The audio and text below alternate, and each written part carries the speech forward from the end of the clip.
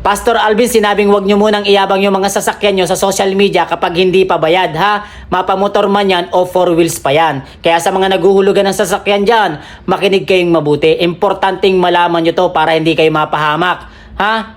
Alam nyo, may point din naman si Pastor Alvin dito. Kung hindi pa bayad yung mga sasakyan nyo, wag nyo munang i-flex sa social media. Wag nyo munang iyabang, ha? Kaya minsan rin talaga may katuturan din yung mga pinagsasabi nito ni Pastor Alvin kahit may amats, ha?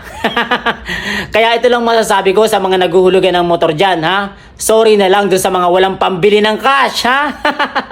Pero don't worry, naiintindihan ko kayo, ha?